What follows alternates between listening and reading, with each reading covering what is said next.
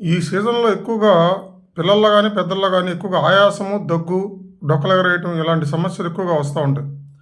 దానికి ప్రధానంగా మీరేం చేస్తున్నారంటే చిన్న చిన్న జ్ఞానం కలిగినటువంటి వైద్యుల దగ్గర, మందుల షాపుల దగ్గర బిళ్ళలు తెచ్చుకొని యేసుకుంటారు. తగ్గిద్ది. మళ్ళీ కొన్ని రోజులకి వస్తా ఉండి తగ్గిద్ది యేసుకోండి.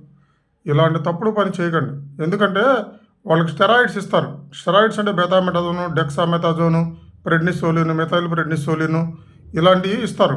వాళ్ళకి తెలీదు అవి చేసే ప్రమాదం ఎంతో. అది ఏయంగానే మీకు ఇమ్మీడియట్‌గా రిలీఫ్ వచ్చిద్ది. చాలా అద్భుతంగా పనిచేస్తుంది అనుకుంటారు. కాస్ట్ రూపాయో, రూ. 2కి వచ్చిద్ది. అవి మింగేస్తే మీ ప్రాబ్లమ్ ఎమ్మటే క్లియర్ అయిద్ది. కానీ లాంగ్ టర్మ్‌లో మీ ఆర్గాన్స్ మీద విపరీతమైనటువంటి ప్రభావాన్ని చూపిద్ది. దానికి బదులుగా డాక్టర్ గారు ఇచ్చిన సలహా మీదకి ఇచ్చే సిట్రజిన్ గానీ, మాంటిలోకాస్ట్ గానీ, సాల్బుటమాల్ గానీ, డెరిఫిలిన్ గానీ, అమైనోఫిలిన్ గానీ ఇలాంటి డ్రగ్స్ ఏసుకుంటే ఇబ్బంది ఏమీ రాదు. మీరెప్పుడైనా సరే మీరేదో సందర్భంలో ఎక్కువైనప్పుడు డాక్టర్ దగ్గరికి ఎళ్ళుంటారు. ఆ డాక్టర్ దగ్గరికి వెళ్ళినప్పుడు వాళ్ళ రికమెండేషన్ చీటీని జాగ్రత్తగా పెట్టుకొని, దాని ప్రకారం మందులు వాడండి. ఒక్కొక్కసారి బాగా తీవ్రంగా ఉన్నప్పుడు క్వాలిఫైడ్ డాక్టర్స్ కూడా స్టెరాయిడ్స్ వాడతారు. కానీ వాటిని ఎలా వాడాలనేది వాళ్ళకే అనుభవం ఉంటది.